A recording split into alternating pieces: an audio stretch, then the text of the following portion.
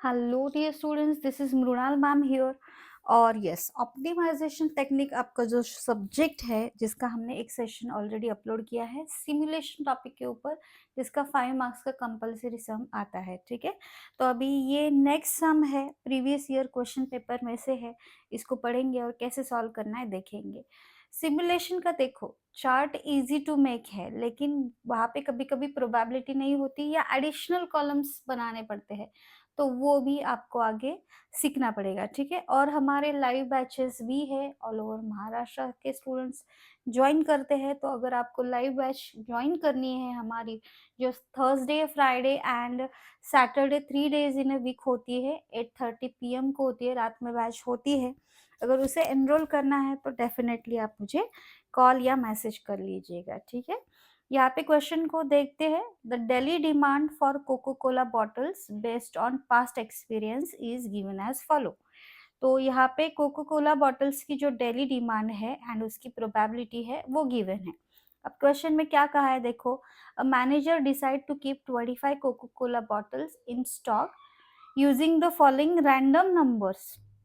ये देखो 69, 01, 08, 74, 82, 20, 72, 14, 75, 12 and 25। These are the random numbers. ये यूज करके हमें क्या एस्टिमेट करना है, the average balance stock. Average balance stock कितना है वो हमें फाइंड आउट करना है। अब पूरे क्वेश्चन में कहीं पे भी एस्टिमेट या सिमुलेट ऐसे वर्ड नहीं दिए हैं। अब आपको पहचानना कैसे है इसका, ये सिमुलेशन का क्वेश्चन है, तो रैंडम नंबर्स इसी टॉपिक में गिवन होते हैं। अगर रैंडम नंबर्स नहीं है तो ये सिमुलेशन का नहीं है। अगर रैंडम नंबर्स गिवन है तो ये सिमुलेशन का सम है। This is the only technique कि आपको ये समझना चाहिए कि ये सिमुलेशन का क्वेश्चन है। ठीक है, अब सबसे पहले तो हम क्या करते हैं, एक ही टेक्निक यूज करते हैं यहाँ पे, जहाँ पे हम मॉन्टे कार्लो सिमुलेशन चार्ट बनाते हैं। जहाँ पे देखो daily demand and probability as it is लिखेंगे, फर्स्ट 2 कॉलम में daily demand and probability question में जो गिवन है वैसे लिखेंगे, और cumulative probability, random numbers interval ये हम बनाएंगे। ठीक है, तो आपको क्या करना है, सबसे पहले हेडिंग देना है, 4 कॉलम्स बनाने हैं। First 2 columns daily demand and probability, ये as it is 10, 20, 30, 40, 50 and 0.15, 0.10, 0.40, 0.20 and 0.15, ये सब लिख के लेना है, ऐसे नोट डाउन करके लेना है, प्रॉपर चार्ट बनाना है एग्जाम में भी। अब यहाँ पे आपको क्यूमुलेटिव प्रोबेबिलिटी को कैलकुलेट करना है। तो क्यूमुलेटिव कैसे होता है, एडिशन होती है। फर्स्ट प्रोबेबिलिटी हम एज इट इज लिखते हैं 0.15, उसमें 0.10 ऐड करेंगे तो 0.25 आएगा। 0.25 में 14 ऐड करेंगे, 14 नहीं 40 ऐड करेंगे तो 65 आएगा। कैलकुलेटर आप यूज कर लो। ठीक है, 20 ऐड करो 0.85 आएगा, एंड 15 जो है 0.15 ऐड करो 1 आएगा टोटल। और मैंने प्रीवियसली भी बताया कि ये चेक पॉइंट है, यहाँ पे क्यूमुलेटिव प्रोबेबिलिटी की टोटल अगर आपकी 1 नहीं आ रही है, मतलब आपका प्रॉब्लम रॉन्ग है, आपका सॉल्यूशन रॉन्ग है। फिर से आपको करना है। बहुत सारे स्टूडेंट 100 लिखते हैं, it's not 100, it's 1.00 always.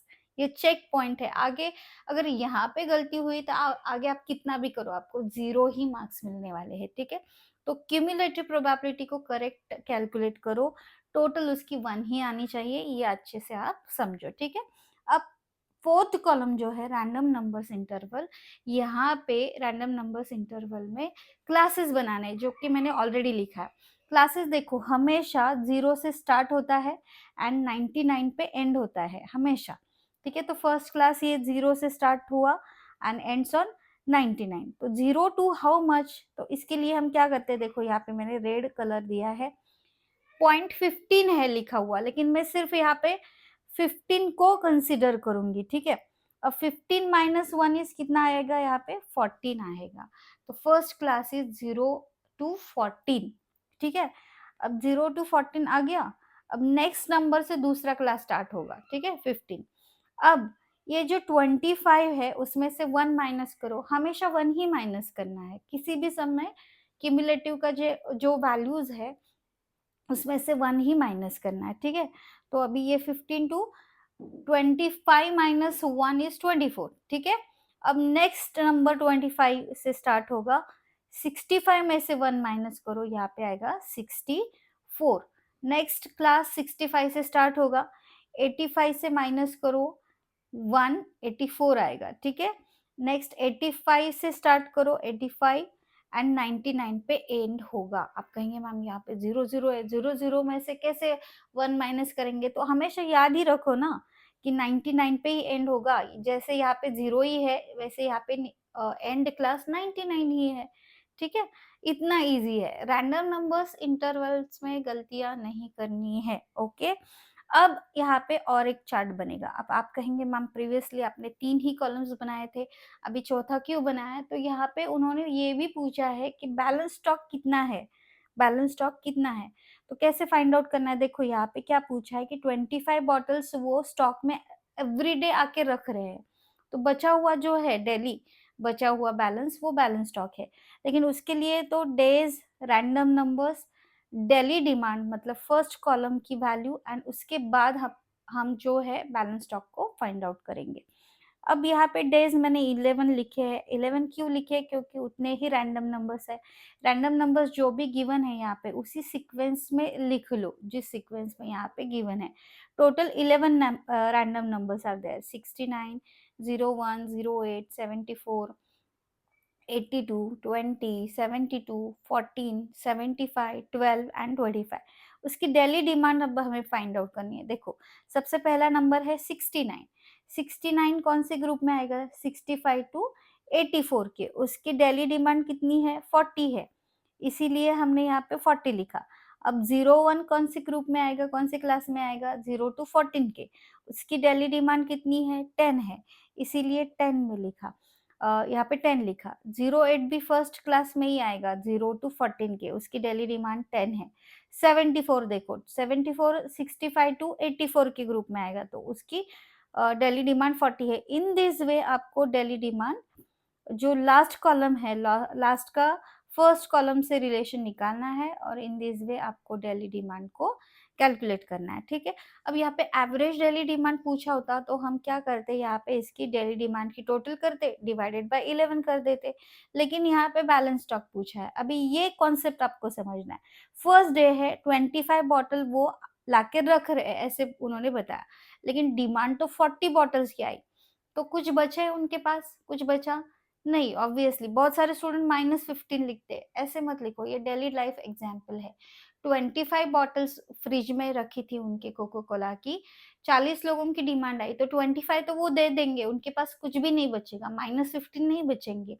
Maths का कैलकुलेशन नहीं है, एक्चुअल रियल लाइफ एग्जांपल है, ठीक है। तो बैलेंस स्टॉक यहाँ पे मैंने डैश लिखा। अब सेकेंड डे को भी 25 बॉटल्स उन्होंने लाके रखी है, लेकिन डेली डिमांड तो 10 ही आई है, तो मतलब 15 बॉटल्स उनकी वहां पे रिमेनिंग है। सेम थर्ड डे को भी 25 bottles, demand 10, 15 balance. Fourth day को 25 बॉटल्स लेकिन demand 40, no balance. Next fifth day को भी 25, 40 की डिमांड, बैलेंस कुछ भी नहीं बचा। सिक्स डे को 25 बॉटल्स, ओके, और 20 की डिमांड आई, तो 5 bottles are remaining. In this way आपको बैलेंस स्टॉक को फाइंड आउट करके उसकी टोटल करनी है।